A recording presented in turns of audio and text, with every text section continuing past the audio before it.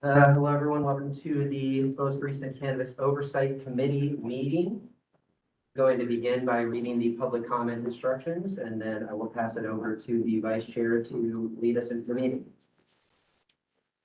Please pay particular attention to the public comment instructions as they have changed since the last meeting. To enable public participation, we will receive public comment for each item on today's agenda. Each speaker will be allowed up to 3 minutes unless otherwise abbreviated by the chair. And when you have 30 seconds remaining, I will indicate that your time is almost up by ringing this bell. When your allotted time is reached, I will announce that your time is up and ask the next person in the queue to speak. We will take public comment from those joining us in person first, and then open up to remote access. For those calling in to submit their testimony, please call 1-415-655-0001 and enter the access code 2489-576-3958. Please wait for the item you're interested in speaking to and for public comment to be announced. To comment from your phone, you must enter the meeting password 696-78776 and then press *3 to raise your hand. Once you've raised your hand, you will hear a prompt that you've raised your hand to ask a question. Please wait to speak until the host calls on you. You will receive a request to unmute when it is your turn to comment. Please press *6 to unmute and begin your public comment. Best practices are to call from a quiet location and to please mute the volume on your computer. Once your time has elapsed, your line will be muted. These instructions will be announced before each public comment. For those persons attending in person, please line up in front of this table when the public comment for the item you would like to speak to is called. Please speak clearly and slowly, and if you care, please state your name for the record. And finally, I'll ask that we silence all mobile devices that may go off during these proceedings. Please also note that committee members are not permitted to directly respond to public comments. That is all. So I'll pass it back to you, Stephen. Okay, now we call item number 1, roll call. Scott, would you please take the roll call? Yes, sir. Vice Person Ali Jamali, or Chairperson Ali Jamalian, and to recuse himself from this meeting. Vice Chairperson Adam Hayes. Present. Thank you. Seat 10 is currently unfilled. Seat 11, Apollo Wallace. Present. Yes, sir. Seat 12, Kari Donaldson also has to recuse himself from this meeting. Seat 13, David Nogales-Talley. Present. Seat 14, Shay Gilmore. Present. Seat 15 is currently unfilled. Seat 16, Antoinette Mosley. Present. Wonderful. With 5 of our 7 voting members present, quorum is established and we may begin the meeting. Okay, thank you. Agenda item number 1 is now closed. Moving to item number 2, land acknowledgement. The San Francisco Cannabis Oversight Committee recognizes that we are on the unceded ancestral homeland of the Ramaytush Ohlone, who are the original inhabitants of the San Francisco Peninsula. As the indigenous stewards of this land and in accordance with their traditions, the Ramaytush Ohlone have never ceded, lost, nor forgotten their responsibilities as the caretakers of this place, as well as for all peoples who reside in their traditional territory. As guests, we recognize that we benefit from living and working on their traditional homeland. We wish to pay our respects by acknowledging the ancestors, elders, and relatives of the Ramaytush Ohlone community and by affirming their sovereign rights as First Peoples. Okay, this closes agenda item number 2. Moving on to item number 3. General public comment. General public comment. At this time, members of the public may address the committee on items of interest to the public that are within the subject matter jurisdiction of the committee, except agenda items. With respect to agenda items, your opportunity to address the committee will be afforded when the item is briefed in the meeting. Each member of the public may address the committee for up to 3 minutes. When the number of speakers exceeds the 15-minute limit, general public comment may be moved to the end of the agenda.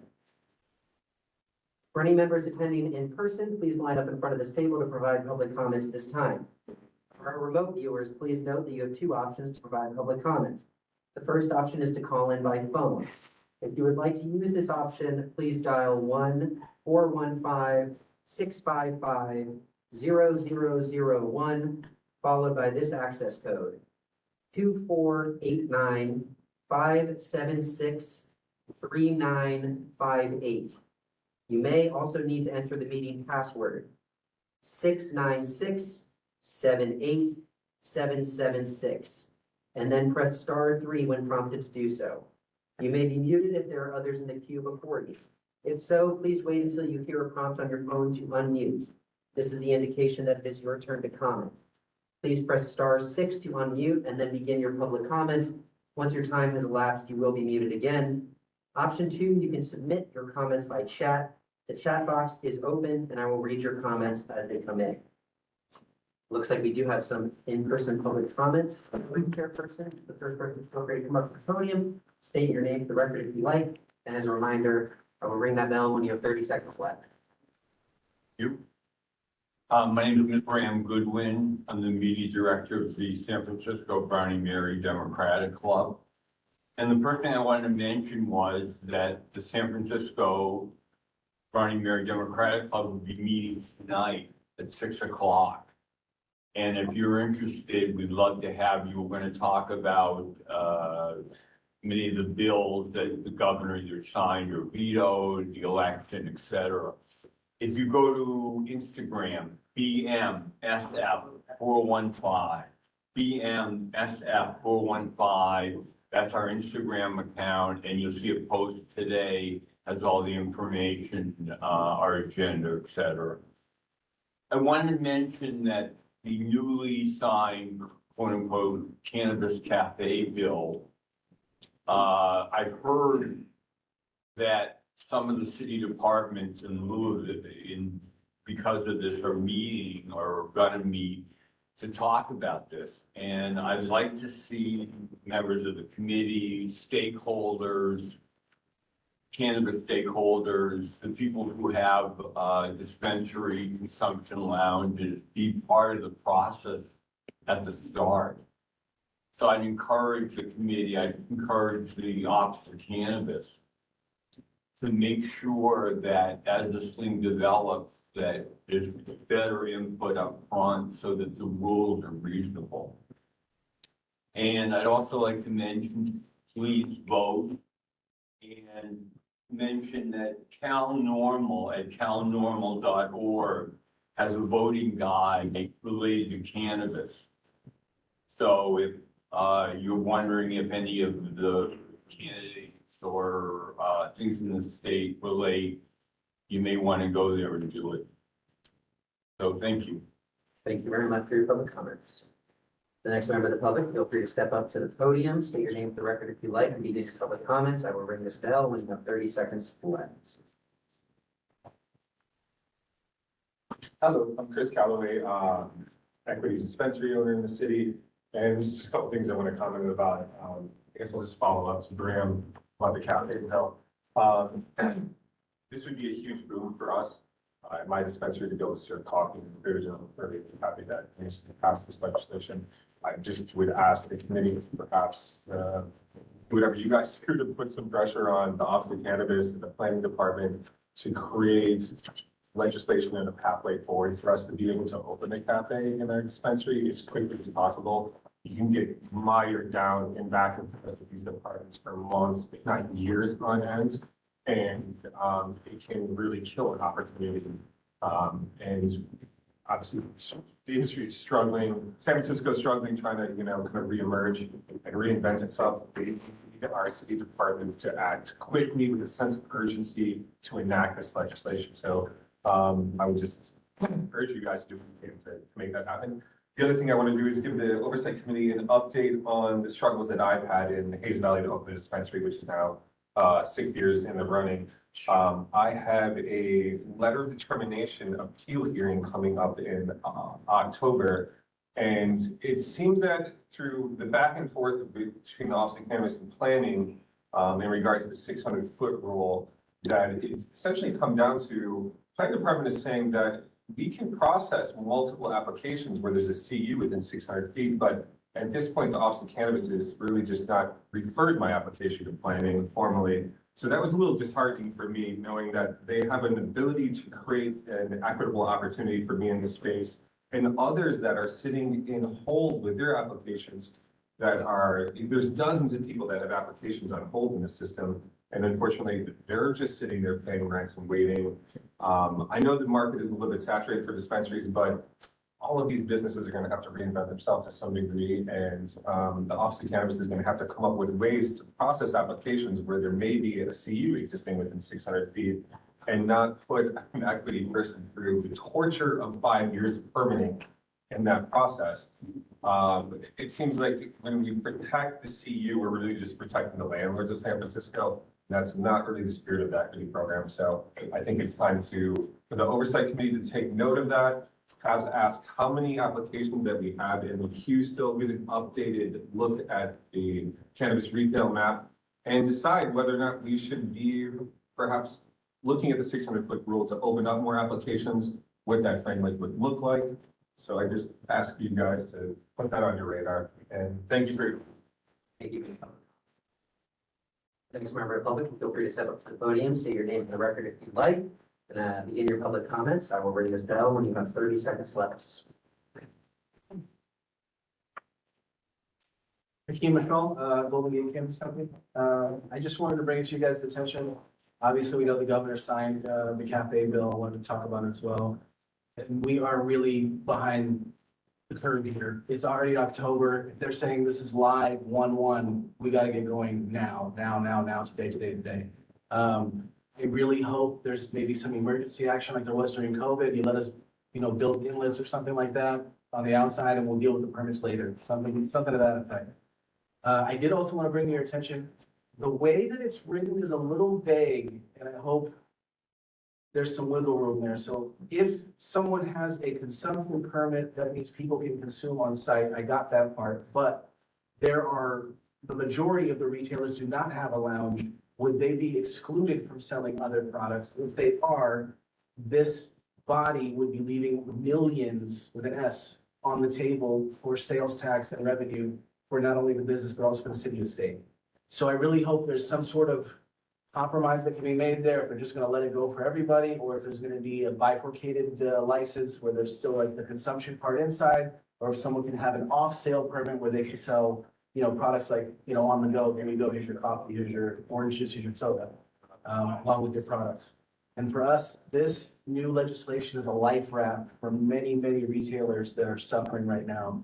And it would be a huge boost if you guys helped us out with that. The other thing I want to bring on your radar is I've heard through the grapevine that mushrooms will be deregulated next year. And it is a non-cannabis product. I was just wondering, something worth talking about with you guys. I don't think that it's fair that the smoke shop across the street is going to be slanging mushrooms without regulation. And someone like me would not be able to sell it if it was the case. I really think it's something we need to take a hard, long look at. Mushroom chocolates or something like that, prepackaged stuff, there's already these so-called churches that grow up, that we're all dealing with at the moment, but I just hope we get a grip on it, to be honest with you. And if it is gonna open up, I really wanna know what, the rules are gonna be for us if that is the case.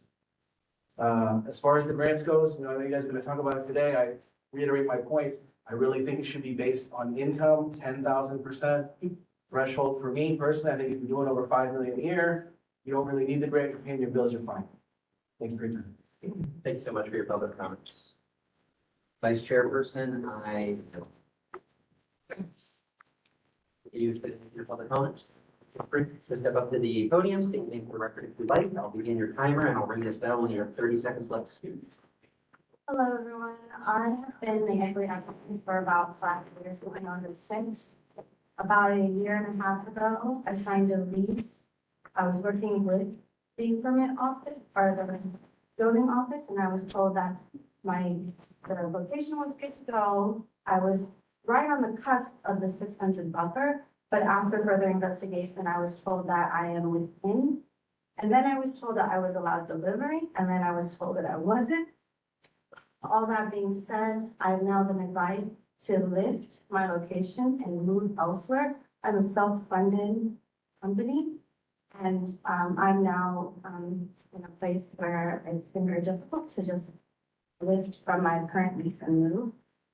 That being said, I am proposing or I'm getting behind the idea of expanding that 600 buffer and also voicing that I am 5 to 8 feet within that buffer. Again, I'm a 5-year equity applicant, and I would like to propose some sort of, for flexibility with certain outliers in the application process, and to look at these applications on a case-by-case basis. Thank you very much for your public comments. With that, I would say I see no more in-person comments and nothing in the chat. okay, so with that, general public comment is closed. Moving on to agenda item number 4, review and consideration of regular agenda. Do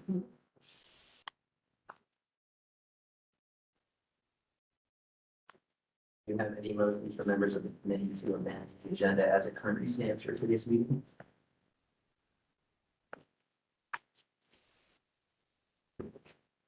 Motion to approve. Motion approved. I second that. Motion seconded. All right, motion to approve the agenda as it stands. Chairperson Ali Jamalian is recused from this meeting. Vice Chairperson Adam Hayes, study vote. Aye. C10 is currently unfilled. C11, Paula Wallace, study vote.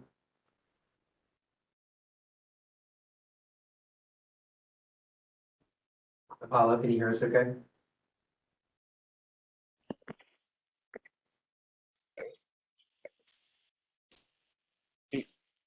Fucking shit.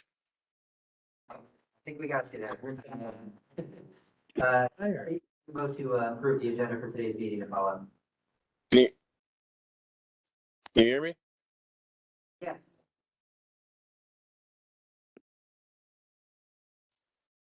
Sounds like Apollo might be having some tech difficulties, but I believe I've written to say that we approved. C12, Takari Donaldson has to recuse himself from this meeting. C13, David Nogales-Talley, how do you vote? Aye. C14, Shay Gilmore, how do you vote? Aye. C15 is currently unfilled. 16, Instrument Mobley, how do you vote? With that, the agenda is approved. We can move to public comments on the agenda if you'd like. For any members of the public attending in person, please line up in front of the table to provide public comment. For remote viewers, please note that you have 2 options to provide public comments at this time. The first option is to call in by phone. If you would like to use this option, please dial 1-415-655-0001. Followed by this access code 2489-576-3958. You may need to enter the meeting passcode 696-78776 and then press *3 when prompted to do so. You may be muted if there are others in the queue before you. If so, please wait until you hear a prompt on your phone to unmute. This is your indication that it is your turn to comment. Please press *6 to unmute and begin your public comment. Once your time has elapsed, you will be muted again. Option 2, you can submit your comments by chat. The chat box is open and I will read your comments as they come in. Going to give folks a moment in case they're typing in the chat box.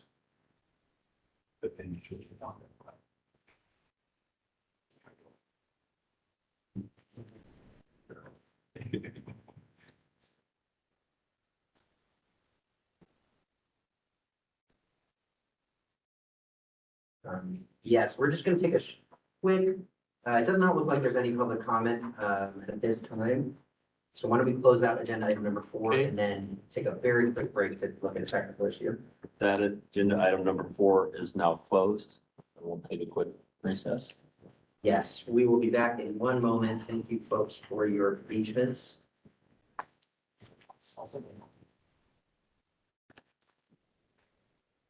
Thank you all for your patience. Sorry about those technical difficulties. I'm going to pass it back over to the vice chairperson to pick it up with agenda item number 5. Okay, moving on to agenda item number 5 to review and approve minutes from the 9/4 meeting. Yeah, I'd like to make a motion to approve. Motion approved. That motion seconded. Second.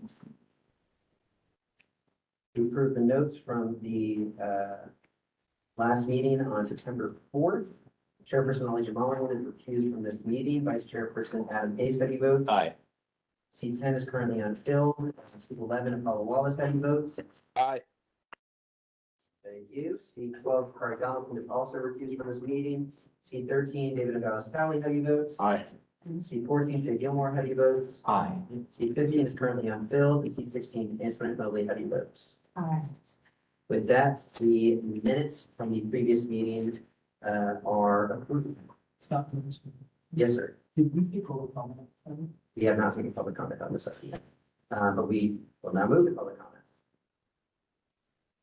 For any members of the public attending in person, please line up in front of this table to provide public comments. For our remote viewers, please note that you have two options to provide public comments at this time.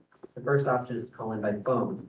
If you would like to use this option, please dial 1-415-655-0001, followed by this access code, 24895763958.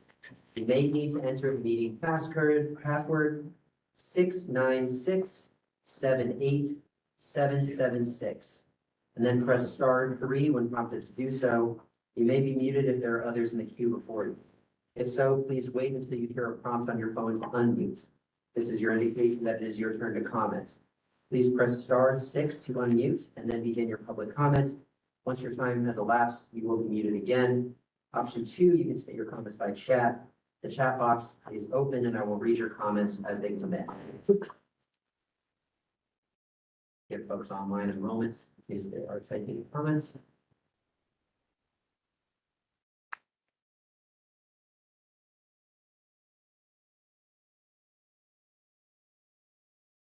Vice Chairperson, I do not see any comments in person, and I do not see anything in the chat box or any hands raised online. Okay, with that, agenda item number 5 is now closed. Moving on to agenda item number 6, committee discussion regarding the distribution of grant funding. Yes, this will be the main item for today's meeting. And it will be facilitated by presentation from our office. Chat will put up on the big screen here.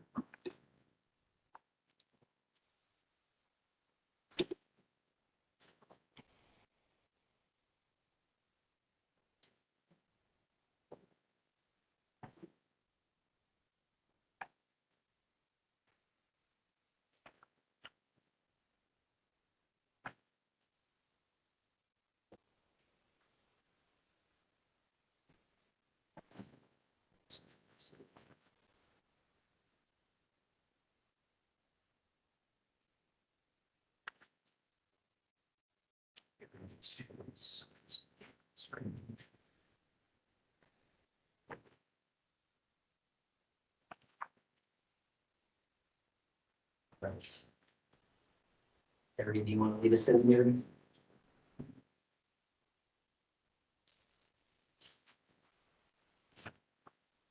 Should just get this. Well, good afternoon, everyone. Jeremy Schwartz, Deputy Director, Office of Cannabis. First and foremost, thank you as always for coming, taking time out of your busy schedules to be here. This is certainly an important agenda item with a pretty profound effect on our local cannabis economy. We'll go ahead and recap the prior meeting. I know a lot of folks here are already familiar with the initial part of this conversation. The special session was called in part so we can finalize the committee recommendations.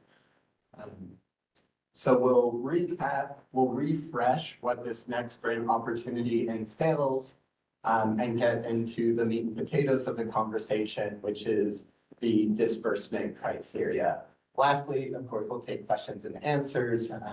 We were inspired by some of the prior conversations to have some additional context to some of these questions. The committee will recall that there were 3 buckets of grant considerations, fee waiver, program to explore technical assistance, and finally the direct grant disbursement scheme.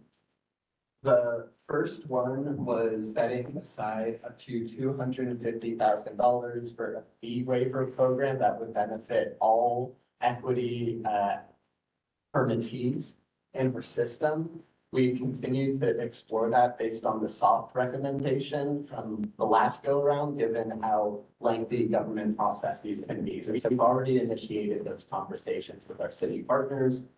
Second, set aside for technical assistance to explore that further as well. And I have a few updates to that end. And finally, the disbursement scheme. Previously, the committee had generally agreed on the equity fee waiver component and technical assistance portion.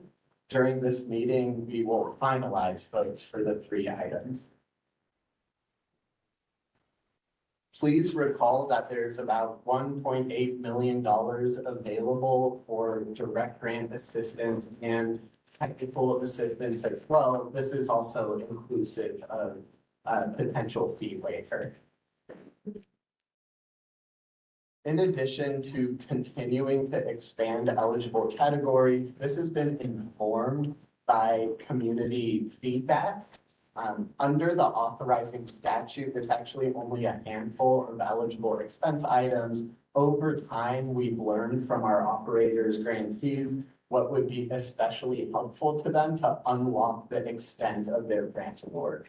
It's part of this exercise, which has driven high utilization rates across grant cycles, where typically over 95% of the grant award is utilized by grantees, which comparatively is pretty successful as it relates to our peer jurisdictions up and down the state. Notably, the latest expanded category is to acquire commercial property. There are many reasons why we endeavor to expand this category, and we'd be happy to answer additional questions to that end as well. But this is locked in a new eligible expense category for grantees to use their grant funds to purchase the premise that they operate their business. Here's a refresher of the timeline. It'll be similar to the prior 4 cycles. It is subject to change depending on where the dominoes land, but to help orient us, this is generally what the 2025 grant cycle will look like. And that gets us to a lot of the discussion questions. So I'm going to recap a few of these things. We'll certainly open it up. One of the items interested in exploring the possibility of set aside of the grant funds to provide fee waivers for equity businesses, bearing in mind that when an equity operator is permitted, their first $5,000 permit fee is waived for the first year. Practically, this will affect those that are operating across multiple years after their first one. Last time the committee voted to recommend this item, we will continue to explore the nuts and bolts with our partners. Question number 2, whether the Office of Cannabis should explore technical assistance to the equity community. There are many barriers to entry in this space, namely access to capital, access to real estate, but also access to professional service providers. As far as the last update, we were able to work with our grantor to incorporate legal assistance. We heard back from the community, and that seemed to be an area that folks wanted to incorporate in this effort. One of the other items that was discussed is having an award to the extent that funding could be made available. Currently, there's a budget of $150,000 for the state. The one area I'd flag is because the RFP process is pretty lengthy, right? From drafting the RFP, sign off with partners, the application period, the review period, there may not be an opportunity to budget mod the grant, the technical assistance bucket with our state partners. That may sound like gobbledygook. The TLDR of that is if we can't increase that award with our partners from 150 to 180 or so, we'll move forward with $150,000 for technical assistance and things like permitting grant support, business development, professional development, and legal services as well. So that will be available. The issue that we'll continue to work through is just how much that award can encompass. And finally, question number 3, which we'll discuss this afternoon, is what should the eligibility criteria look like for the next grant cycle in 2025? As a reminder, the last eligibility criteria that the committee voted on is the applicant must be an equity applicant. They must own at least 51% of their business, and they must have a status of build out or approved. Certainly, we had a spirited public comment for our last meeting and some comments today to consider. One of the items that was brought up in the discussion for the last meeting was some consternation around equity applicants that benefit from big moneyed investors like multi-state operators. And as a reminder, through this criteria of the last cycle, it did incentivize some applicants to increase their ownership percentage in order to meet this grant eligibility. So we saw that as a part of our last cycle as well. Without getting too long-winded, here's our last slide before we open it up. Here's what funds could look like. There are endless permutations. We try to simplify this as best as possible. We have some more information depending on the questions posed to us. Here we can see what the award amount looks like based on where the prospective grantee is situated in the application process and depending on their ownership percentage. So for instance, if hypothetically the committee landed on 100% owners, build out and approved, that would be 15 grantees receiving approximately $90,000.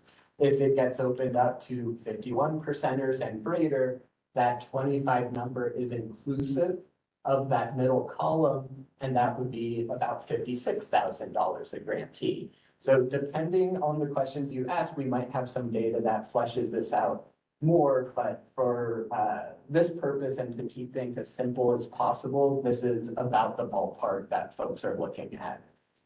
And I'll reiterate, we narrowed this down to this slide as well, just with the waiver and the TA already removed from the total when we did these calculations, because it seemed like the committee was pretty on board with doing the waiver and the TA. So this is what it would be like minus that $400,000. With that, happy to answer any questions, concerns, or otherwise give space to the committee members to discuss further. Real quick, would the committee prefer to discuss a little bit, then open up to public comment, then vote, or open up to public comment, then discuss a little bit, then vote? Either way, public comment will happen before the votes. Lovely. Maybe we could just touch base real quick on the first 2 things and then your public comment. I think that would be super informative. I do also have a question in terms of, I mean, I think we all see that there's more money. It's under 50% of what we had last year. I gotta imagine all of us are wanting to spread that a little farther. What are the numbers for the 40% included with that? If it was 40% and Yes. We prepared that figure. okay. So to reiterate the question, if eligibility included not only 51%ers and above, but I believe what was discussed last time was 40%ers with an approved permit, then we're looking at about 60 grantees with an award of $24,000 each.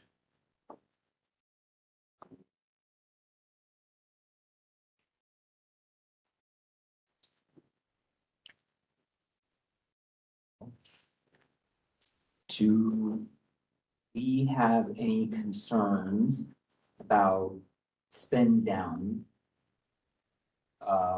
for any of the operators that are eligible to get these funds? That's a good question. So as sort of the referee in this discussion, I wouldn't offer judgment regarding my personal opinion on concerns, but as far as the limitations around grant opportunities for the future, applicants must spend down 80% of the award in the aggregate in order for San Francisco to be eligible for subsequent grant opportunities.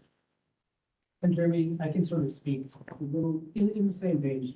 We don't really get any of our personal opinions, but if you were asking what we've learned in past administrations, what we have generally learned is that the more grantees you have, the more challenging it can be to hit those spend down rates, because there's just more variables, right? You go from 20 variables, not that grantees are variables, but you have more applications that you're processing, more potential disagreements, the delays, right? So as a general rule, the numbers go up, the higher it is. Right, that's fair, and perhaps, thank you, Nikesh. And in our experience for the last grant round, there were 23 eligible grantees who had to hit a certain threshold. Of those 23 grantees, 21 were able to hit their threshold. And if you can remind us, if monies are not spent by certain entities, is that money put back into a pool that can be dispersed and then? Sure, okay, so about midway through the cycle, there's actually a few variables to consider. About midway through the cycle, we hold a reallocation exercise where if certain folks don't hit a certain amount of expenditures, that money gets put back into a pot that gets reallocated to folks who were able to hit those thresholds. One of the challenges we've experienced over time is that the grant term is relatively truncated and the city has requirements for legislative efforts to unlock this award, meaning that the term to spend down the money is pretty truncated. We're looking at a few months for people to spend down money. And if folks haven't endeavored through the city supplier process, that is a pretty time and intensive process, which also eats away at people's terms.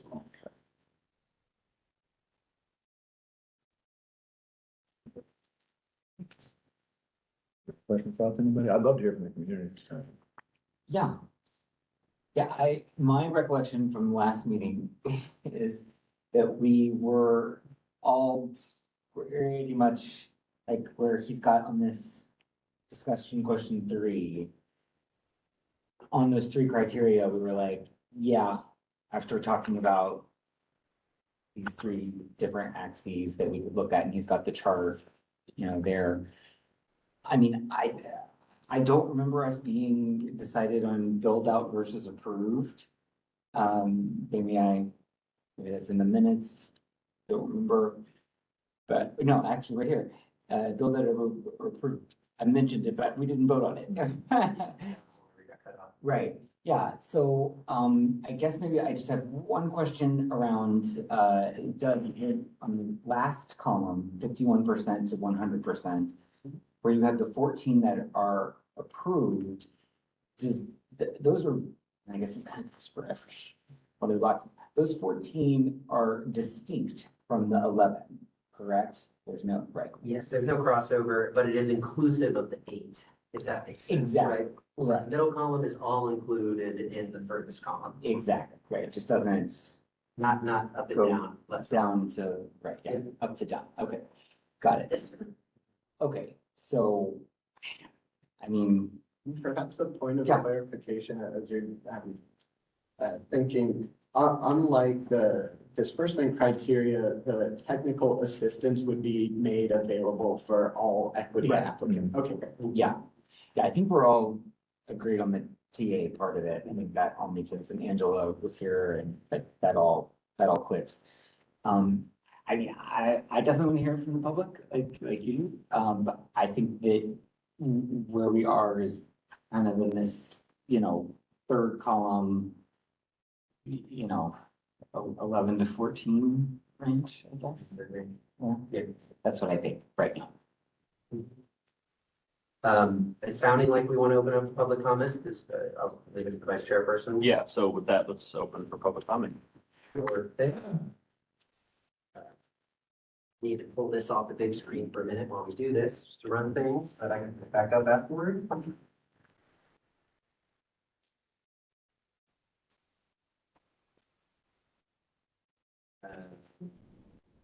1 second. Yeah, I was gonna say, let me know when. Yeah, okay.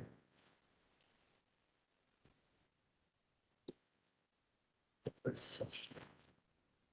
We definitely have some hands raised online. For any members of the public attending in person, please line up in front of the table to provide public comment. For our remote viewers, please note that you have 2 options to provide public comment at this time. First option is to call in by phone. If you would like to use this option, please dial 1-415-655-0001, followed by this access code, 2489-576-3958. You may also need to enter the meeting password, 696-78776, and then press *3 when prompted to do so. You may be muted if there are others in the queue before you. If so, please wait until you hear a prompt on your phone to unmute. This is your indication that it is your turn to comment. Please press *6 to unmute and begin your public comment. Once your time has elapsed, you will be muted again. Option 2, you can submit your comments in the chat box. Chat box is open and I will read your comments as they come in. Looks like we do have some in-person commentary. Feel free to state your name for the record and start your public comments. I'll ring this bell when you have 30 seconds left. Thanks, Scott. My name is Chris Calloway, 100% equity owner, so the grants are just absolutely crucial for me and my business. I will say, I kind of a question, I know you can't answer this directly, but if you could kind of address this. Out of the 1,500% equity applicants that are filled out or approved, are any of those multiple projects owned by the same equity owner that would be able to get multiple rounds of grant, or I guess double dip essentially? It's my recollection that you can't do that, but I just wanted to ask that question.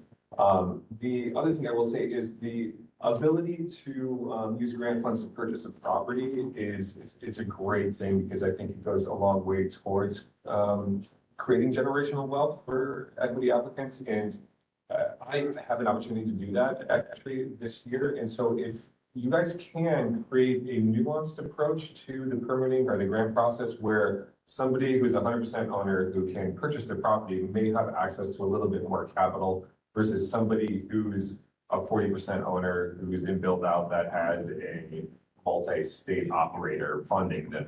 I think if you really want to show that this program has the ability to succeed and to, create generational wealth for its applicants, we need to create a roadmap to property ownership. And really the only way to do that, I think at this point, is through grants. And so real estate is being so expensive in San Francisco, getting $30,000 or $40,000, as helpful as that may be, it doesn't go a long way to purchasing a property. And that kind of makes the equity applicant have to go out and raise additional funding. Maybe they're not 100% owner anymore, right? So the true intent of the program is to establish generational wealth for the applicants. Try to take a nuanced approach to how we distribute the grants and make sure that they're being utilized the most effective manner possible. And I think that's it. Thanks, guys. Thank you very much for your comments. The next member of the public is welcome to step up to the podium to begin their public comments. I will ring this bell in 30 seconds for me.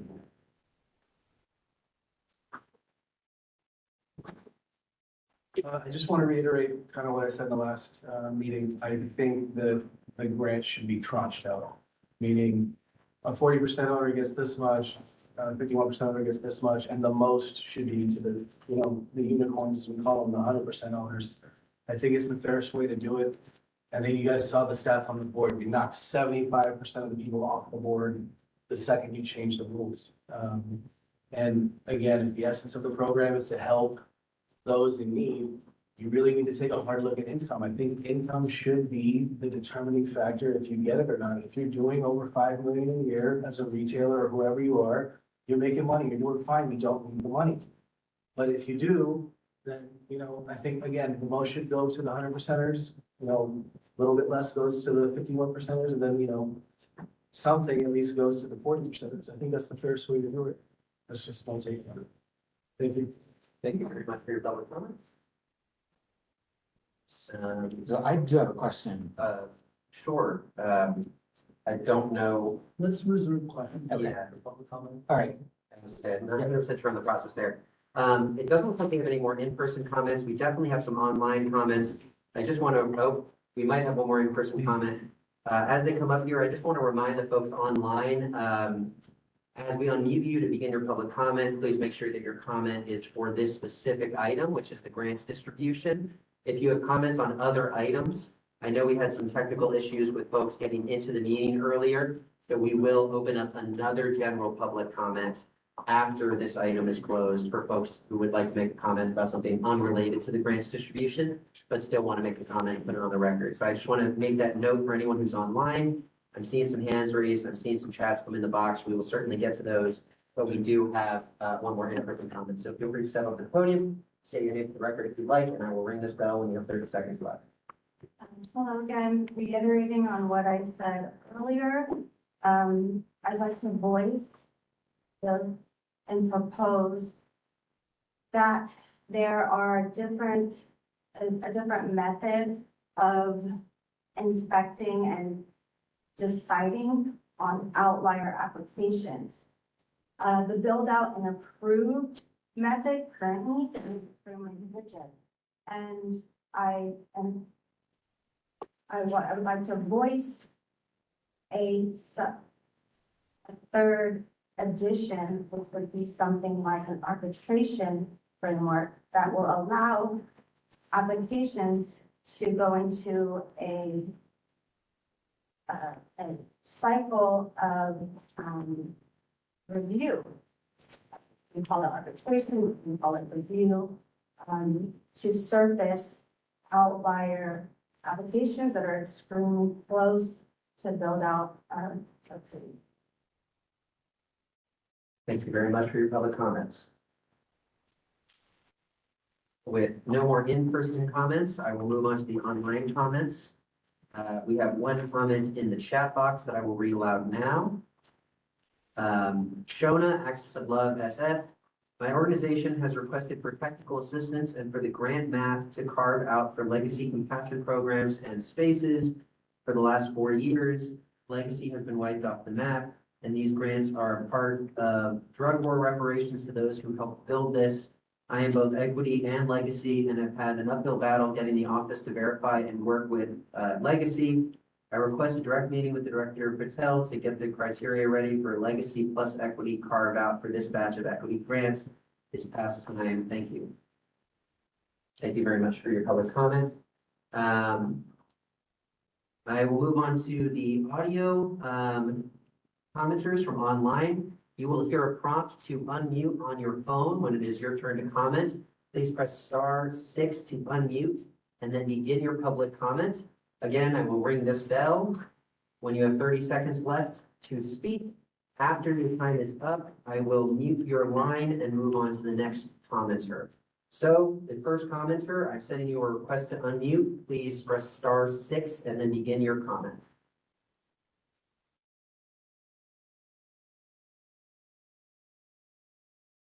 Hi, my name is Faison. I'd like to comment on the percentage of ownership.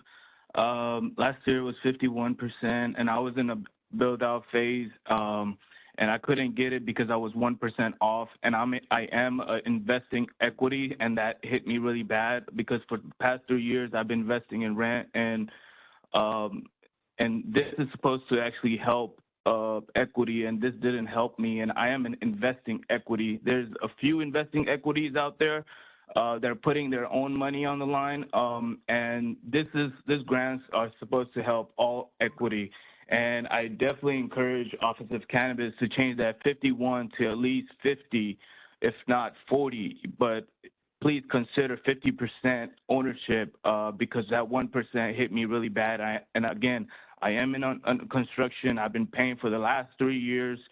And it's great to, put your money towards the property, but of course, $1 million property is not going to help.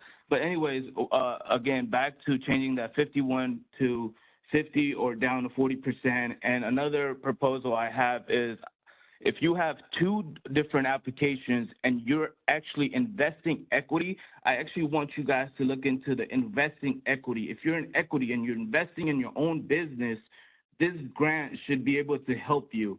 And I really want to emphasize that I know it might be calling it double dipping and whatnot, but the process of establishing your business is very, very complicating, and I've been at it since 2018. But for the recent one, I've been at it for 3 years, and I really encourage Office of Cannabis to drop that 51 down and look into the investing equity. If you're equity and you're investing in your business, you should be able to qualify for these grants.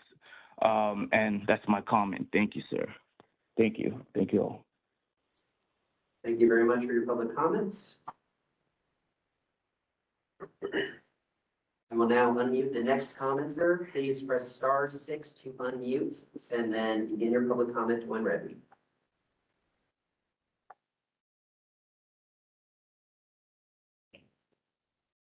Hello, my name is Duncan Lai. I am speaking on behalf of the San Francisco Cannabis Retailers Alliance. We've been discussing this in great detail. I think the concept of equity-owned businesses that opted for the 40% ownership structure, having some sort of endless capital solution, is misguided and misunderstood. I think what a lot of us are upset about is the stizzification of cannabis, right? We've got these multi-state operators with very deep pockets, and some are going out of business regardless. But that's what we're trying to protect against, and not necessarily homegrown businesses that are also struggling. I think there's a perception of capital access that is just misguided. And so what we'd like to suggest is that all applicants, equity applicants, are available or have grant access, but providing some limitations. Potentially, we thought formula retail might be a solution, but we said even that's even too big a threshold, and bring that down to no more than 5 locations anywhere in the country, to further make it more equitable. See if that cuts out some of the bigger companies that really don't need this grant funding. And what I can say, just as a equity-owned business with a 40% structure, is that the grant funding has thus far been tremendously helpful, and we continue to use that to support the growth and stability of our business. So being carved out of that just because the ownership structure was set up in a particular way many years ago does not seem like in the spirit of equity. So that would be a suggestion that we'd like to offer up from the San Francisco Cannabis Retailers Alliance. Thank you. Thank you very much for your public comments. I'm going to once again remind folks, if they would like to comment online, please keep this comment directly to this grant item. Any other comments can be made during the follow-up general public comment section that we will add to the end of the agenda. Giving folks just one more second here to indicate they would like to make a comment online.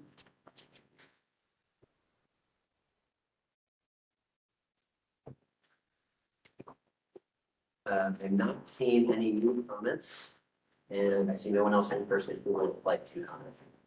With that, I will pass it back to the committee. And I can put the numbers back up on that board. Okay, great. So I think I just want to know, can we find out in the 51, in that third column, who of the 11 and who of the 14 and who of the 25 are multi-state operators? So I think that's information that we have on hand. One more time. Who, or how, yeah, maybe not who, how many of the 11, how many of the 14, how many of the 25 are multi-state? It would require an audit. It would require that the information that we have is all correct. So even if we conducted the audit, there's a chance that they may not be fully reflecting because when the structures change sometimes, people don't always update as soon as they need to. So it's hard to say. We can probably ballpark it, but it would take a little bit of time for us to say that with some level of confidence. Unless you have a gut instinct, I'm a little bit wary of saying that. It's tough because on one hand, these are hard decisions to make, no doubt. And unfortunately, we have to make decisions based on what's in front of us, given how long it is to administer, and delays can jeopardize administration for anyone. Anecdotally, I'd be surprised if there were multi-state operators in that cohort, if at all. Okay. If we were interested in having, because it sounds like from the community that there's, again, with more grant funds, there's, they do want to see that spread it around, even having spoken to like people who are 100% owners and 51% owners are like, if there's more money this year, let's see if we can spread it a little bit farther. So I mean, I'd be very interested in if we were to add 40% and above, how many of those might be MSOs? How might we be able to make sure that the money is being as effective as possible? Might that possibly be, and obviously you may not know those exact numbers, but may it be like a threshold that was mentioned, I think, of, 5 million revenues a year, or MSOs, or? Real quick, it's not that we have more money this year, right? We have about the same as we did last year. So it's. Was last year 1.2 or this year's 1.8, you were saying? It was like 1.3-ish, but we didn't have the waiver. Right. But we did have the TA carve out. So in terms of the amount of money that's gonna get dispersed directly to, it was pretty close, maybe 100, 200K off. Yeah, about the same. Okay. And just to speak to that, we won't say it's market at this point, any number of dollars will help. So the point is, it's not significantly more than it was in years past, especially last year. We've had years where the amount was 4.5 million. That is significant. This is a little bit more than it's been in the past. And to the point that was made, the waiver here, this 250, it will go to businesses that have been permitted, which will include businesses that are 40% or more.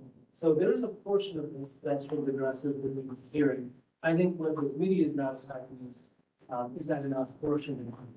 And the 150 as well goes to 40% or above, correct? They would have access to the 150. Right. To make this concrete, if you are a business that received your permit and you have a bill that's coming due in April of 2025, whether the equity owner owns 40% of the business, 50%, 51%, or more, they'll be entitled to that waiver regardless, right? The TA is basically available to anyone. But it's not money that's going directly into the pockets of those businesses, it's services that are. Right. Is it possible to do it in a way that, not even given your ownership percentage, but if you are, or whatever the percentage is, if you're a part of an MSO or a multi-location, it can still be within the state, but, with a number of dispensaries statewide, to just be you don't have access to grants? Helpful response, but before that, Ms. Mo. Question, inside of this table, are there any 40% folks in there? It's not what you're looking at right here. The only 40%ers would be here with respect to this waiver. Yeah. Not within this. I heard that part, thank you.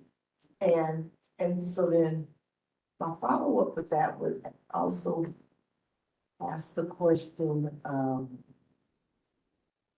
these commenters are equity owners.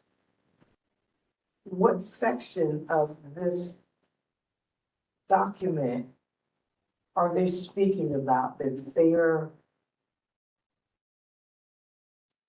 being locked out? Yeah. Or excluded from? Where are they speaking about? Where's their impact? Or where they're not presently considered? I think I know. I think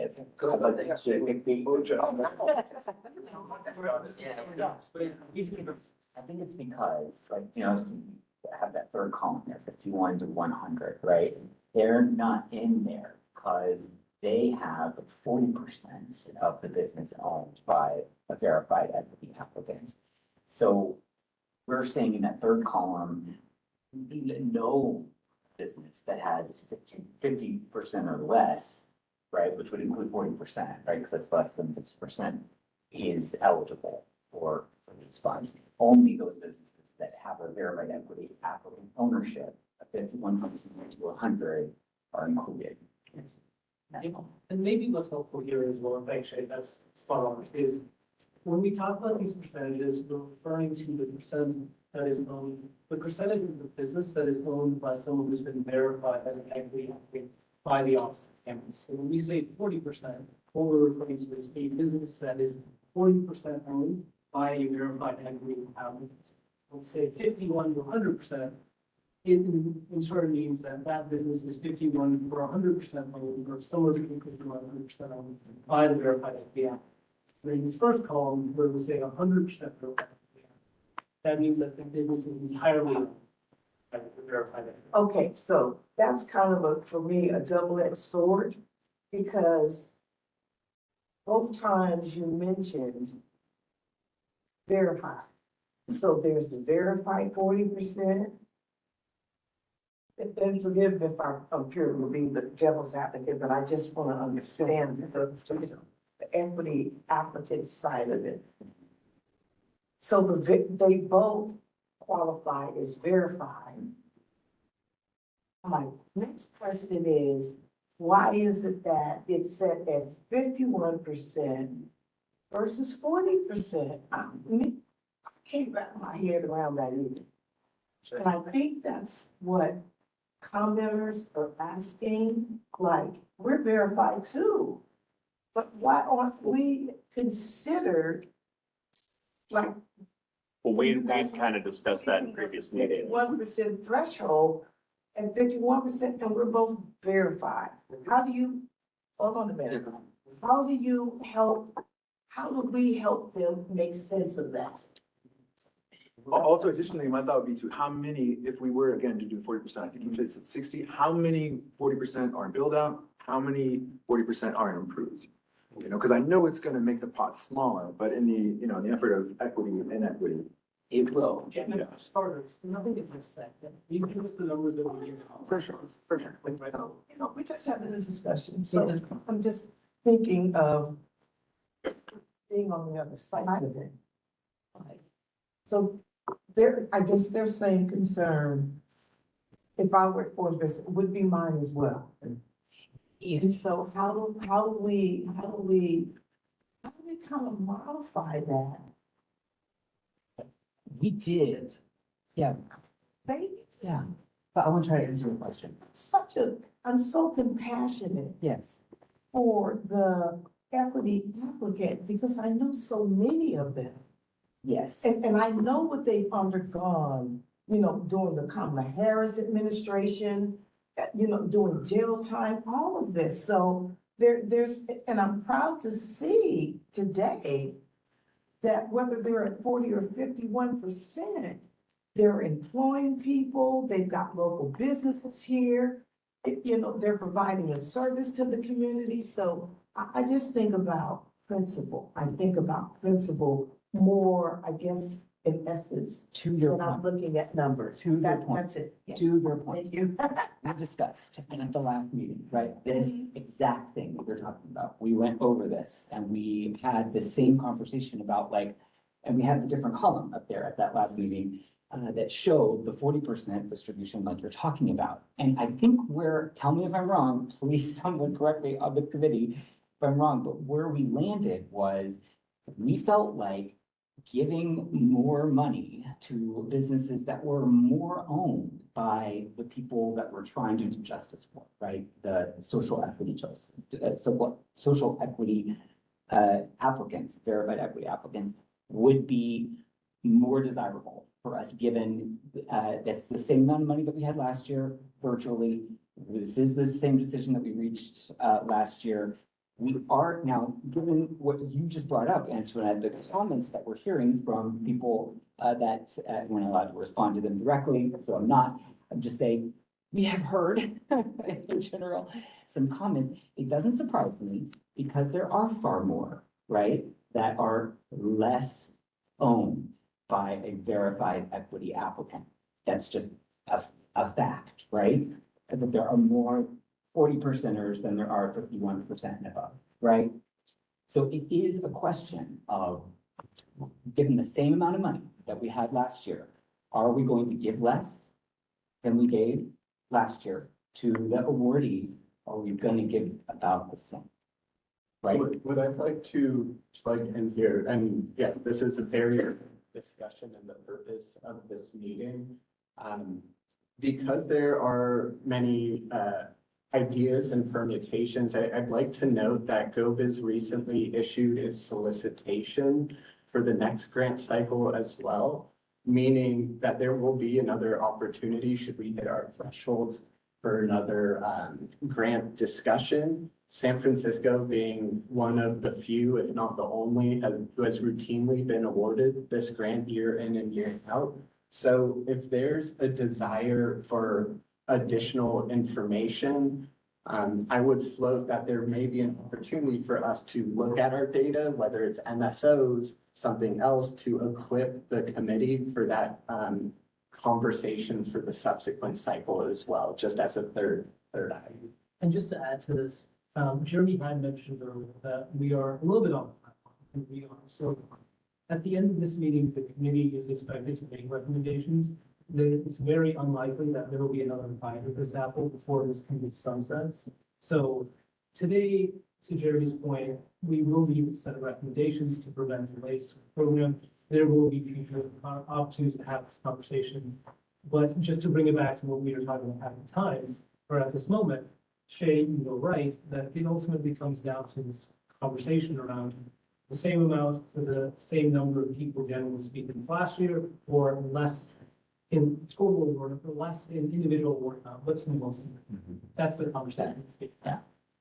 I could just touch on a few quick things too that were questions that were sort of floated by the committee. Right, this question about 40% versus 51%, where does this sort of come from? 51% is where the state sets a lot of their equity stuff, so that's kind of where that 51% came from. The city allowed more flexibility to go down to 40%, but still retain some of those equity benefits. And obviously, you could use those percentages to solicit more investment or what have you, whatever you're looking to do with your business. But 40% is the floor, right? It's the bare minimum that they have to have. So that's why lots and lots of applicants either fall into exactly 40%, or if they're above 40%, they go to 51 or higher, right? That's why they sort of fall into those pools. And then in terms of the numbers, some folks were asking about, is about like 22-ish, give or take a couple of applicants additional that are 40% in the build out, and there's about 33 to 35 applicants that are in the approved that are up at 40%. So in total, we're looking at an additional like 55 to 60 on top of whatever, whatever number you picked here, there would be an additional 60 on top of that. Right, and it wouldn't be 56, right? It would not be 50,000. It would be like more like 16,000 or something like that. It might even be. Yeah, I don't have the exact number on hand. $9,000. And y'all are hanging there remarkably, everyone in here, and it's a good point about the state for their waiver program, their deferral program. At this time, property acquisition is limited to business owners with a majority stake in their business as well. Yeah. And to guard against predation, it's not unusual for folks to hold their property in a separate entity. That holding company for the property would also have to be majority owned by the equity applicant. So 51 plus, essentially, is what we're saying. Related to property acquisition. Yes. Right. That makes sense. Yeah. Yeah. And so a lot of people have 40%. Yeah, and I mean, I guess the way I look at this is the same thing that I said last year. And it's just like, we just don't have that much money. And if we had like, in years past, I think like in 2018 or 2019, there was like 5 million or something, like over twice what we have here now. That would have been like, I would have loved to have been on the committee that year, because I would have been like, spread that around, right? Get that money out there. But like, right now, I feel like the responsible thing, I mean, our mission is to support equity owners, right? It's hard to get more equity owned than 100%, right? Okay, so we're not gonna go there because that's kind of extreme and it really limits. It gives a nice award to the people that have gone in 100% equity, that's great. But I think we agree that that's too extreme. So what's next best? It's not 40%. It's this 51 to 100. Right, and I don't want to respond directly to some comment that I heard, but I have heard this before in the general discussion that, yeah, like scaling to ownership, sure, that sounds great.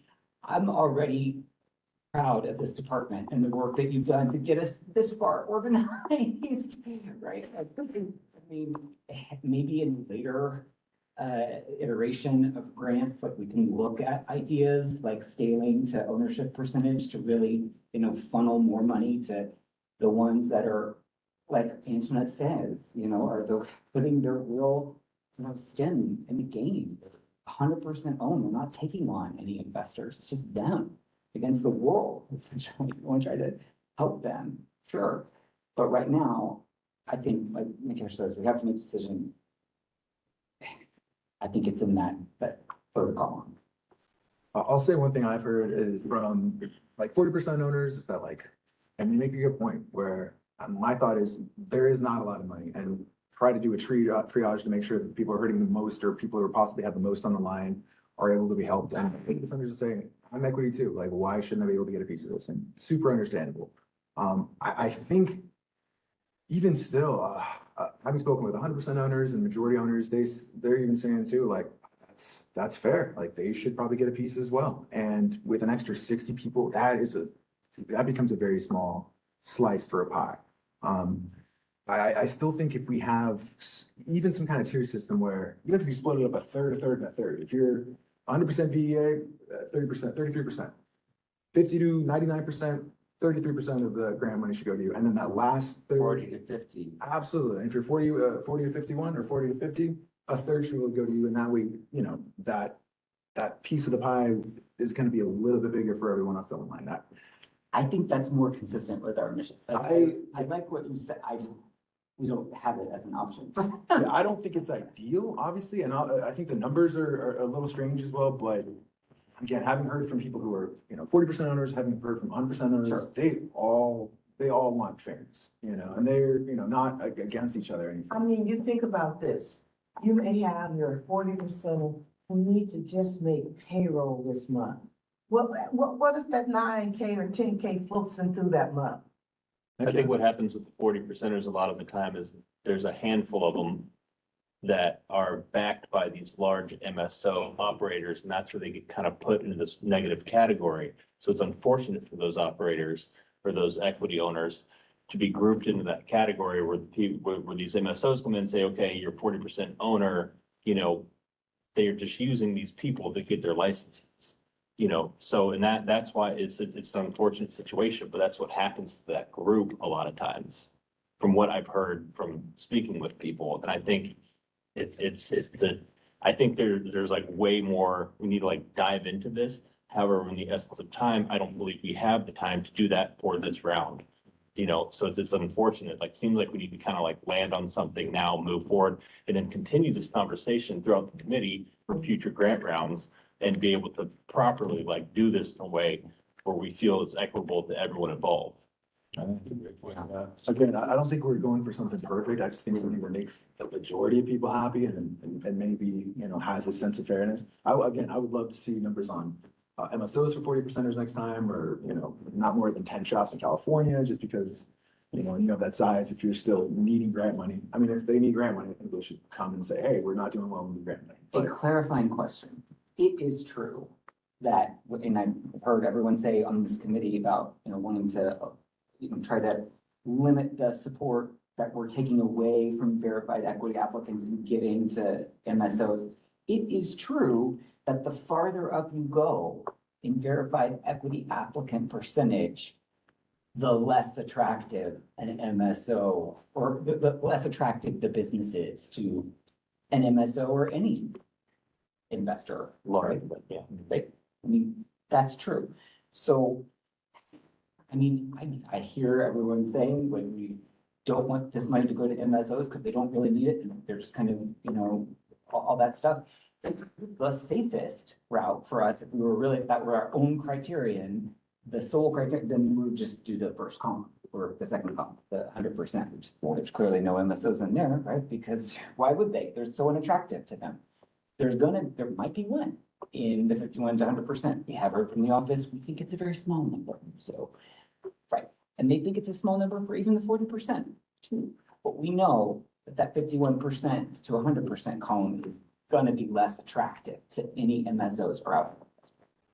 Don't invite those right now, can you just say like a 5-minute break? Sure. Give the OC just a couple minutes to see if there's anything we could pull up that might be helpful in this conversation. I think it's very unlikely, but before you make a decision, we just give ourselves a little bit of time to see if we can pull something that might be helpful. It's probably not a good answer response. That's good. That's good. Jeremy, did you have something? I was gonna open it up to Apollo, just to give him a shot to weigh in. Yeah, I mean, yeah. Yeah, Paula, if you can hear us, if you have anything you want to weigh in right now, otherwise we might go on a 5-minute break and then you're welcome to weigh in afterwards as well. Sure. See a metric without, we have touched like new words. I know this because the fees are tight. I think it was goodness. I'm not seeing any indication from Apollo. Folks that are watching online, we are just going to take a quick 5-minute break. Folks are running to the bathroom, refill their drinks, and then we will come back to the discussion on the grants. Thank you very much for your patience. One. Hey folks, welcome back. Hope you had a restful break over there.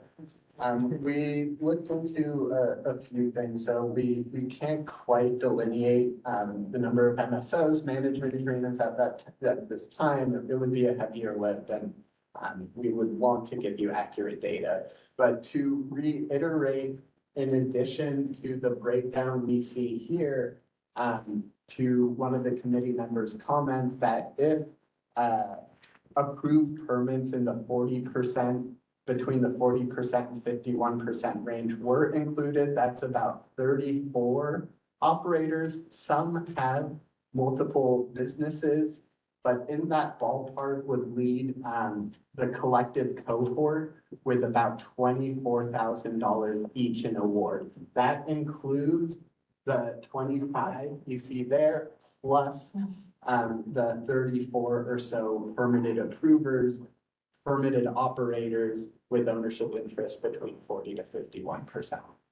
And just to restate what Jeremy said with a little bit different terms, that would mean that in addition to this 25, if you were to factor in those businesses that are permitted, are operational, and are owned by an equity owner who has 40% or more, it would be approximately 30-ish more businesses that we factored in, and that would bring the award up to about 24, 25. For 60 potential grantees total. So perhaps, I see, actually, never talk. No, I'm going right now. I'm going. Well, I just, what I want us to do is definitely make a decision today, how this really beats it. And I just want to say that, like, I agree with Antoinette's reaction to those numbers. It's not bad to have 24,000, right? I mean, I just say, like, I want us to reach a decision, but I'm open-minded enough to say, like, hey, maybe we try something different than what we did last year, right? Maybe we did this 51% last year, and now this year we're like, nope, let's give less money to more people. I'm also okay with that. I want us to accomplish our mission. That's all. And folks would be limited to one award, even if they had multiple permits. But to support the equitable discussion in the virtual world, Apollo, do you have any thoughts you'd like to weigh in with? Can you guys hear me? Yes. I mean, I always kind of stuck by. I wanted, if we're giving money, I wanted to make an impact. And if we just spread it down to where we're covering rent, I don't feel like that's an impact. So that's kind of where I'm at and have been at.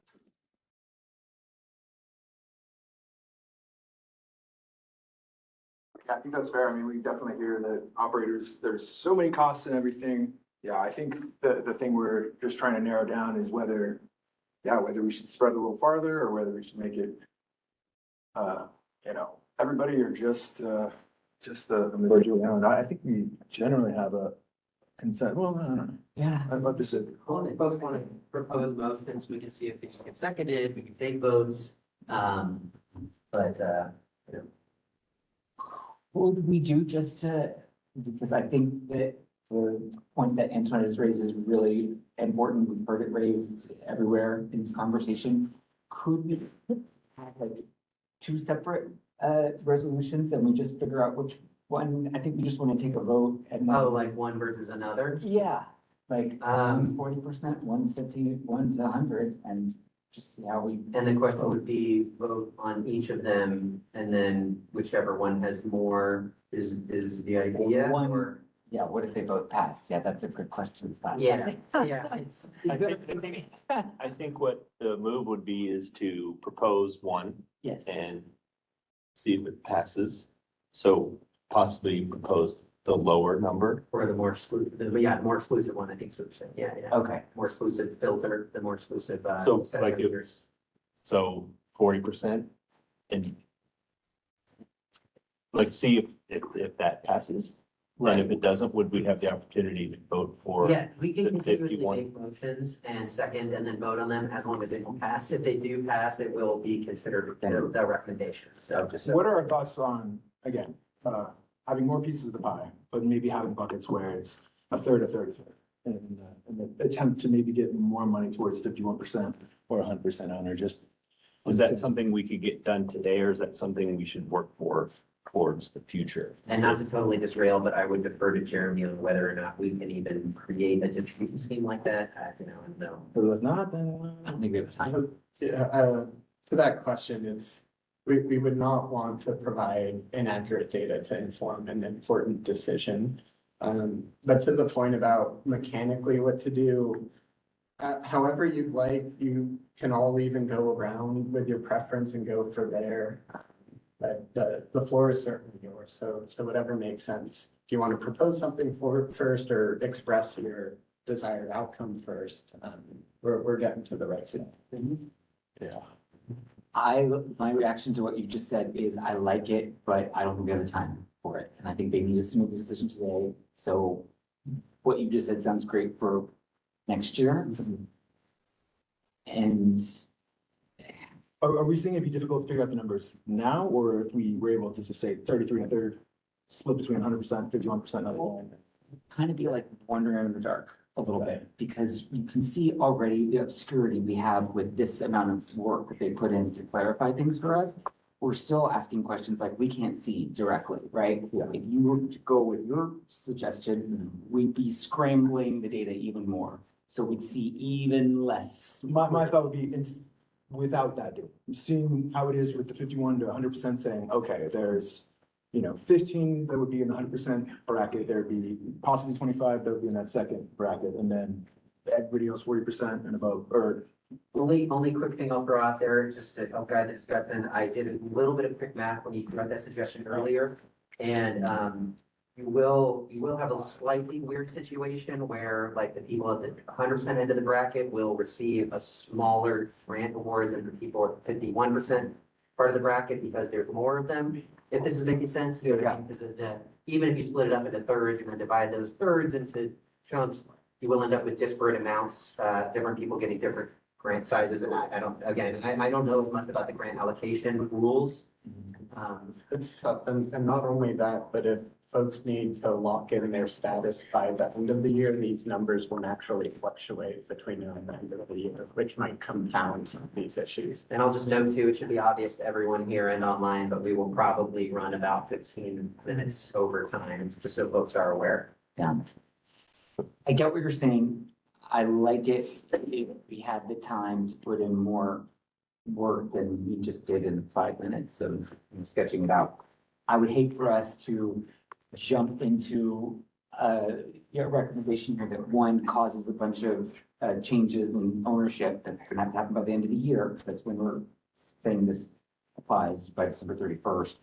when we don't even, like, he just pulled out this weird example of like, we don't want to give like the most verified equity applicant, you know, less money than a 51. I mean, if we're going by what you've said, Absolutely. right, they should, by your principle, get more.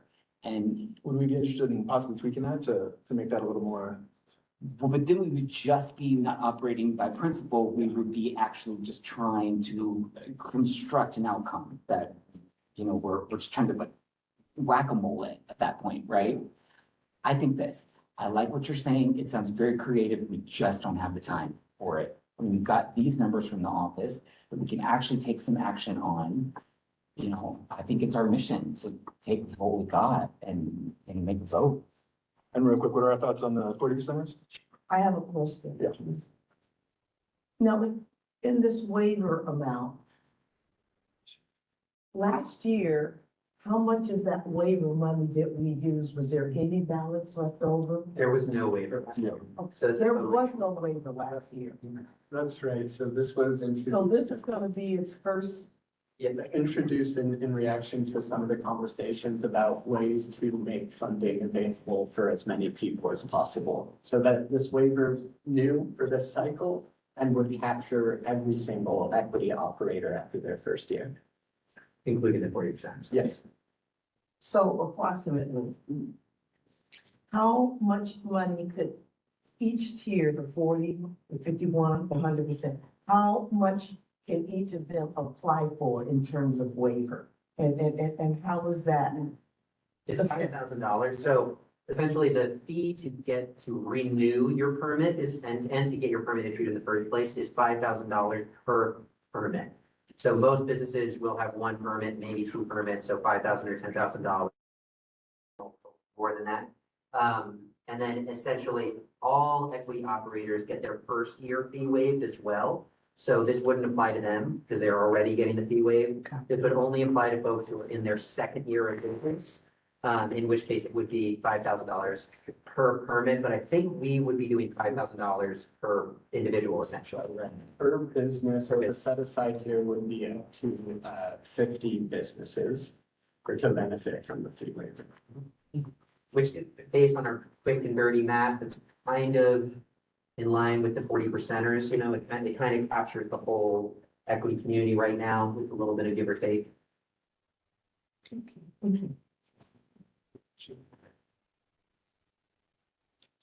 Yeah, why don't we propose first voting on the 40%, right? It's not up there. We can take a vote. If it passes. Is that a motion? Yeah, this is a motion. So I'll frame it for you and then feel free to plug in whatever numbers you like, right? So here's an example motion. An example motion would be the applicants must be equity applicants. They must own at least 40% of their corporate entity. They must have the status of filled out or approved, and all of this must be met by 12/31/2024. That is an example. Not quite. So to the, what it would look like is, as I hear it, would be the 51%, an equity applicant, 51% ownership filled out or approved, plus 40% to 51% ownership with a permit, an approved permit. That gets to about 60 grantees with an award of 24K each. That sounds great. Okay, yes, that's the pool you were looking for. Yeah, that's what we think, yes. What? So what Jeremy just said, so the motion would be, just to make sure we're totally on the same page, equity applicants who own 51% or greater of their business and have a status of filled out or approved, and equity applicants who own at least 40% of their business and have an approved status, all by 12/31/2024. That is the pool of potential grantees that Representative or Member Gilmore is putting forward as their motion. I'd love to second that if possible. Can we get a second from it? Okay. Am I allowed to, I do want to make my motion, I'm glad he seconded it, and we can take a vote, but am I allowed to vote against my? Yeah, you can vote, everyone can vote however they like. Yeah. Okay, so jot down so we know the team we're talking about here.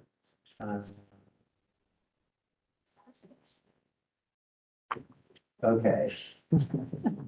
Again, this is a motion for the grant disbursement to go to all equity applicants owning at least 51% of their business and having a status of build out or approved, or owning at least 40% of their business and having a status of approved, all of that by 12/31/2024.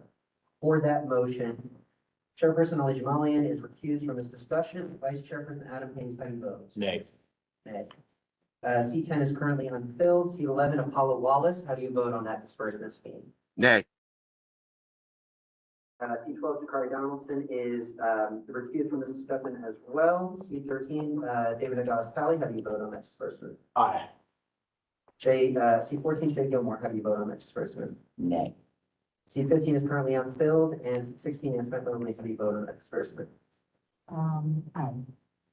So with 2 ayes and 3 nays from our voting members, that motion does not pass. Do we have a motion for another disbursement scheme? So then now, I make the motion for us to have disbursements on the third column. In line with this third column, for both statuses? Correct. Total 25 or about therein? Correct. Okay, so, do we have a second? Second. So again, this is a vote on the motion for, the grant disbursement to go to equity applicants who own at least 51% of their corporate entity and who have a status of build out or approved, all of that by 12/31/2024. Chairperson Ali Jamalian is recused from this discussion. Vice Chairperson Adam Hayes, how do you vote? Aye. C10 is currently unfilled. C11, Apollo Wallace, how do you vote on that disbursement? Aye. C12, Jakari Donaldson is recused from this discussion. C13, David Nagalis Tally, how do you vote? Nay. C14, Shay Gilmore, how do you vote? Aye. C15 is currently unfilled, and C16, Anne Smith Mobley, how do you vote? Nay. Nay. So with 3 ayes and 2 nays from our voting members, that vote does pass. And will be the recommendation from the committee for the next disbursement of grant funds. I'll soon close us out. No, that wasn't an easy process, but really appreciate how folks can disagree without being disagreeable. There are certainly folks that might be disappointed, some who are going to be excited about this. And I think the common denominator here is to continue to encourage community engagement and folks turning out to speak their public comments. So a big thank you in the virtual world, the folks that are here today. We're excited to administer this and apply for continued GoBiz grant awards moving forward for subsequent grant cycles as well. So thank you all. Yes, thank you very much. I would ask the committee members to stick around for a couple more minutes, please. Members of the public who are attending in person, you're welcome to stick around. We are making a slight addition to our agenda today in order to create another space for general public comment for folks because we had some slight accessibility issues earlier with the meeting. So we are going to open the floor back up for about 10 minutes or so for some more general comments. I have one that I need to read into the record at least. I have 2 comments online that I need to check to see if the individual has more space to provide public comment. But of course, if there's anyone here in person who would like to make public comment, they're welcome to line up as we have been doing for the meeting. Pardon me. Get over this. For members of the public attending in person, please line up in front of the table to provide public comment.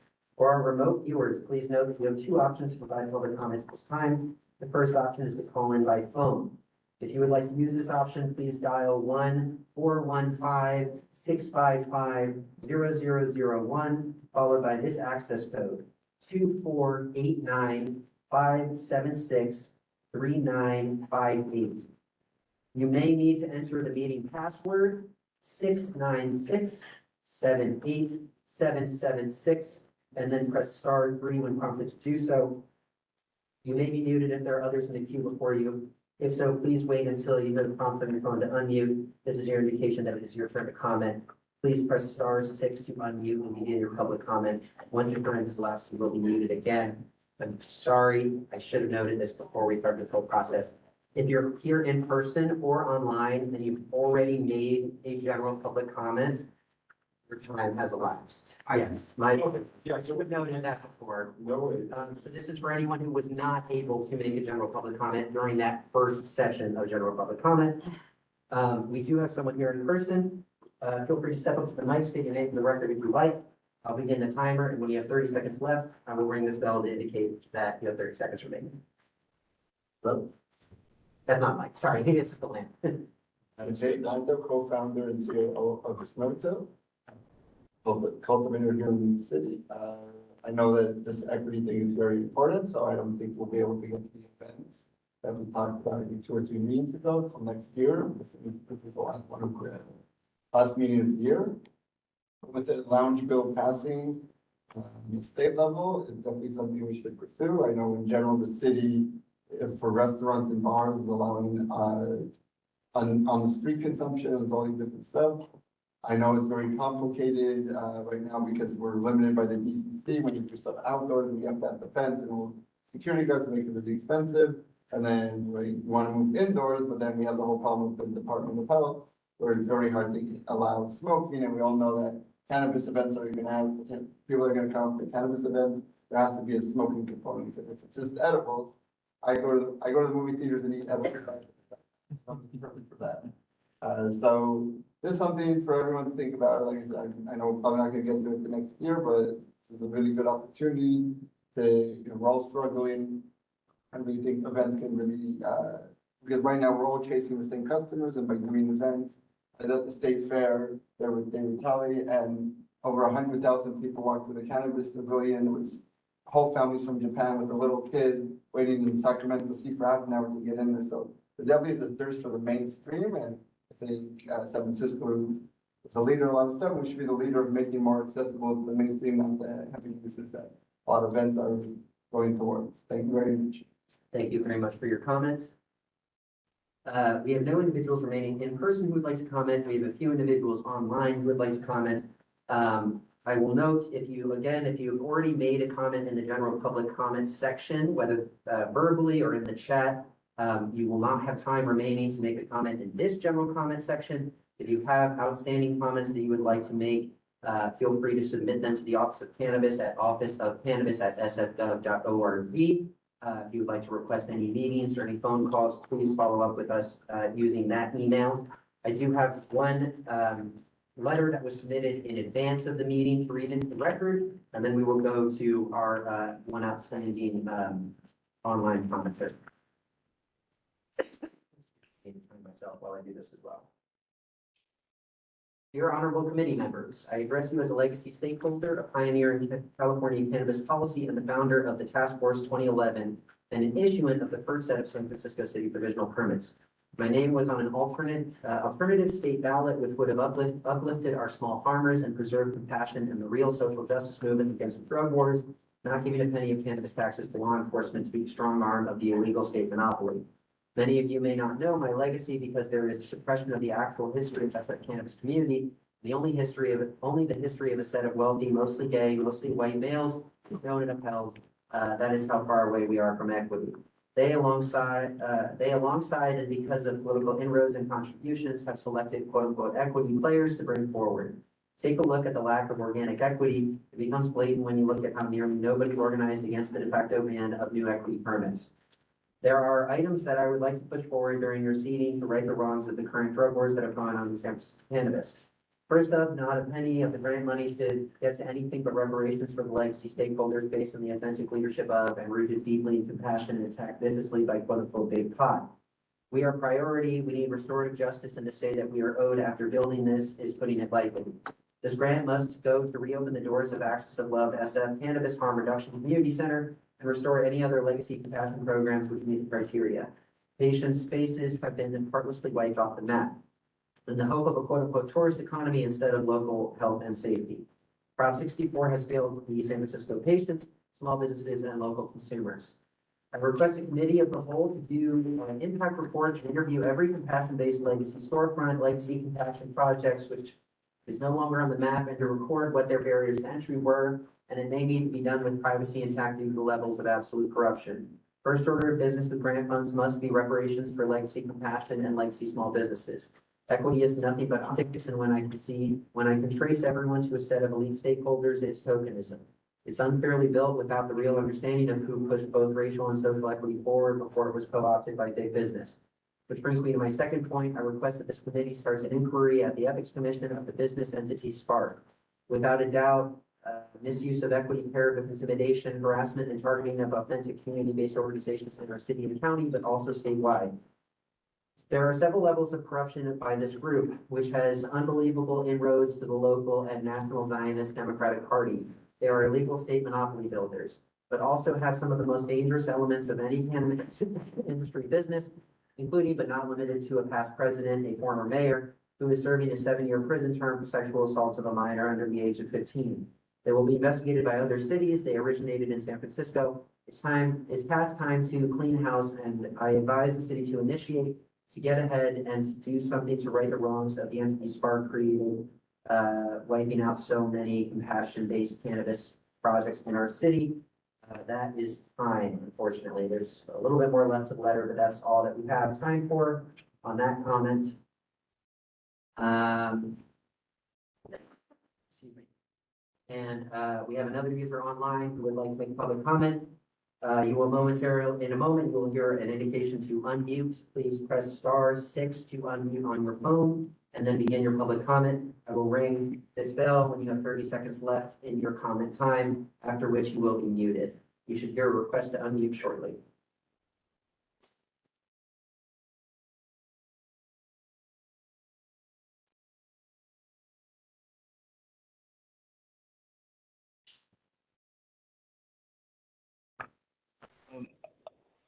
I don't even know if this even matters. Since the motion has passed for 51 and up, I just wanted to make a comment regarding if we can look at the data from 40% to 49 and 50 to 100, and how much would be distributed to each equity, and see if it's possible to do from 50% and up and divide it into 40 to 49 and 50 to 100. And that's my comment. Thank you very much for your public comments. I will make one quick note again. There are users online who've seen that they would like to make another public comment, but I will again reiterate that if you already made a public comment during the general comment period, or you did not submit your comment in advance to be read into the record, your time has elapsed to make your comment. With that, I'm not seeing any other individuals in person who would like to make a comment, and no more comments online. We can close out this ad hoc agenda item and move on to agenda item number 7, what was originally agenda item number 7. Okay, so agenda number 6 now closed, and number 7, proposing future agenda items. I would like to hear from the office about AB 1775. Reiterate, is that the Cannabis Cafe's one? Yes. Our bill put forward by Assemblymember Haney from this neck of the woods. Anything specific about the AB 1775? I would like to know, I don't want to kind of corner the office here because I want you to do all your good work in a timely manner, and we may not, maybe the last meeting of the year for us. But I'd love to just get kind of like your thoughts about, what regulations do you think are going to be like the obvious moves for the department? You may have like a list of things, I wish I could get this under, I'm not looking for everything you've ever thought of, but just kind of like your big picture ideas about the regulations that are going to apply to our market here in San Francisco. Ideas on potential regulations. Yep, I can circle up with our team, and Ali and Adam and I can connect about agendizing that at a future meeting. Right.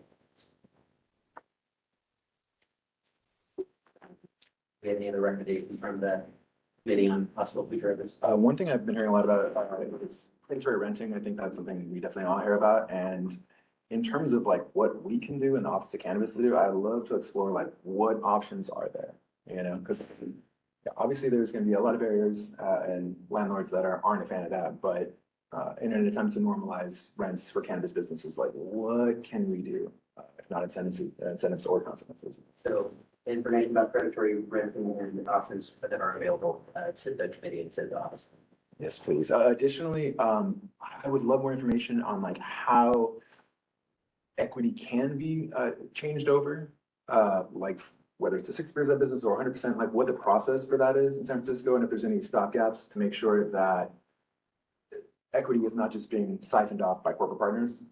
Because yeah, I was even hearing about like a tax bill where it was, you know, an owner or equity owner was having to pay like their share of a tax bill, and it's like that should not be happening. So just yeah, any information in terms of how that transfer can go on and what we can do in terms of having some oversight of that.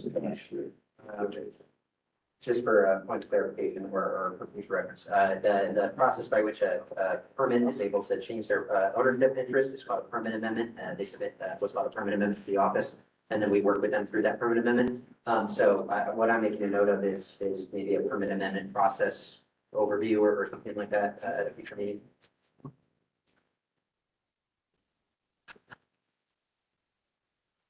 Any other recommendations the committee would like to put forward at this time?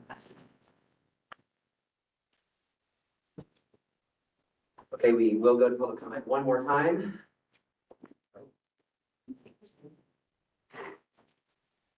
For any members of the public attending in person, please line up in front of this table to provide public comment. For our remote viewers, please note that you have two options to provide public comments at this time.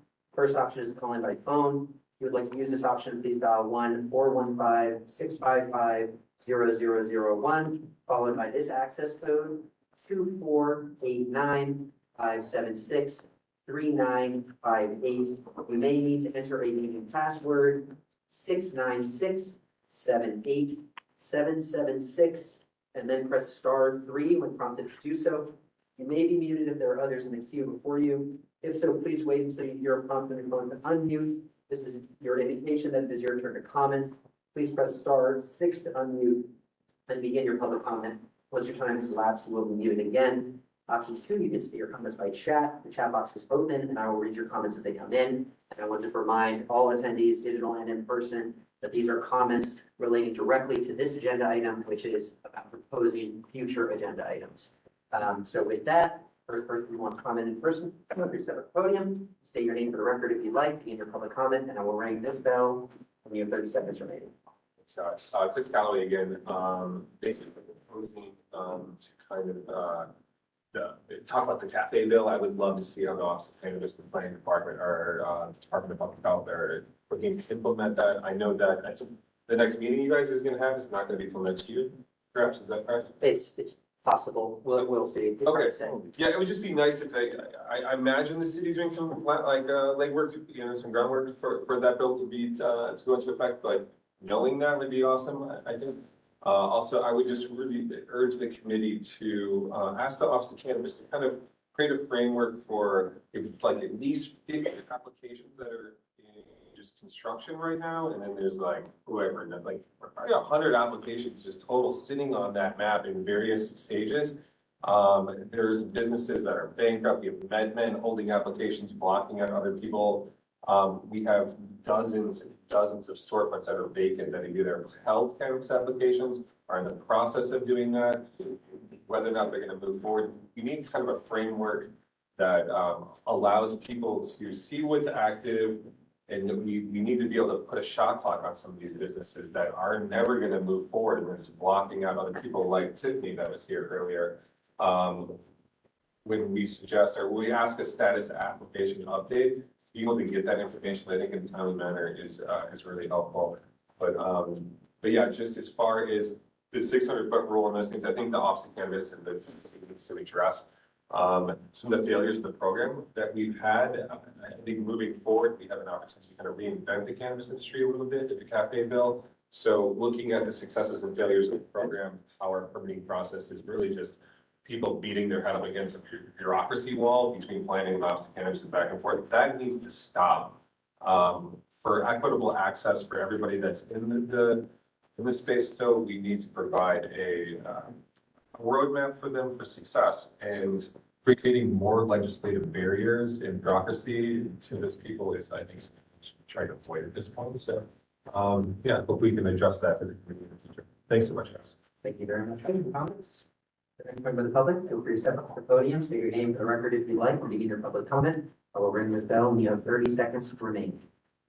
Evento again, we have the clock on everyone getting their annual license and year, so clear out a lot of the conflicts that cannabis have. And we got, and unfortunately, it's gonna force some people out, but we gotta start looking forward and figure out. Next year, we have a big battle on the state level where the excise tax can go from 15% up to 19%. Because we got rid of the cultivation tax. 2 years ago, they said that if the tax revenue dropped, which it did, 2 years in a row, they can increase it up to 19%. Sure, any retailer in here and any brand can say, if you do, like, we're on the teetering on the cliff, I think that 4% will push us over. So I know San Francisco keeps on pushing off Measure D, but we got to just once and for all eliminate it. 1% of, even 1% of gross receipts way too much, you know, like the difference in making payroll and not. And especially on retailers where they wanted to go up to 5%. Any other retail shop in San Francisco pays a fraction of that. We're not asking for special treatment. We just want to be treated like any other business in the city. So that was a little longer, and I believe the tax is being pushed off to 2027, but 2 years is not that long. So, and I know you guys have a lot in place. So I'd like to start that discussion beginning next year. So we get ahead of that, especially if we do have that excise tax get pushed up on the slate. Thank you. Thank you very much for your comments. Next member of the public, feel free to step to the podium, state your name for the record if you like, begin your public comment. I will ring this bell and have 30 seconds remaining. Just want to reiterate, I respect everyone's decision. If it was me, I would have done 45, 35, 20, something like that. Something to look at in the future. What I do want to bring you guys' attention is if you have access to our income, which you absolutely should, because everyone else does, the metric, it's something that you guys should use as an exclusionary tactic. What I mean by that is the ghost story flying around is the Dunyan law firm guy got, somehow approved as an equity applicant. That guy gets $1 for a roll over my grave. It's ridiculous. He's worth $150 million. I don't even know how he got to the program. That said, the other thing I want to put out there is, again, with this cafe thing, I know the governor signed it late. I really hope you guys at least put some kind of emergency addendum in front of the city where they say, look, just go ahead and do it, build your inlets, we'll deal with the permit later, just like they did during COVID. It really is the only way to get this rolled out by January 1. And again, like I said, I really hope you guys include non-consumption lounges with the off-cannabis sale products, at least for off-sale, even if it is a separate, off-sale consumption permit, whatever you guys want to call them. Because like I said, you're leaving millions of sales tax off the board if you don't.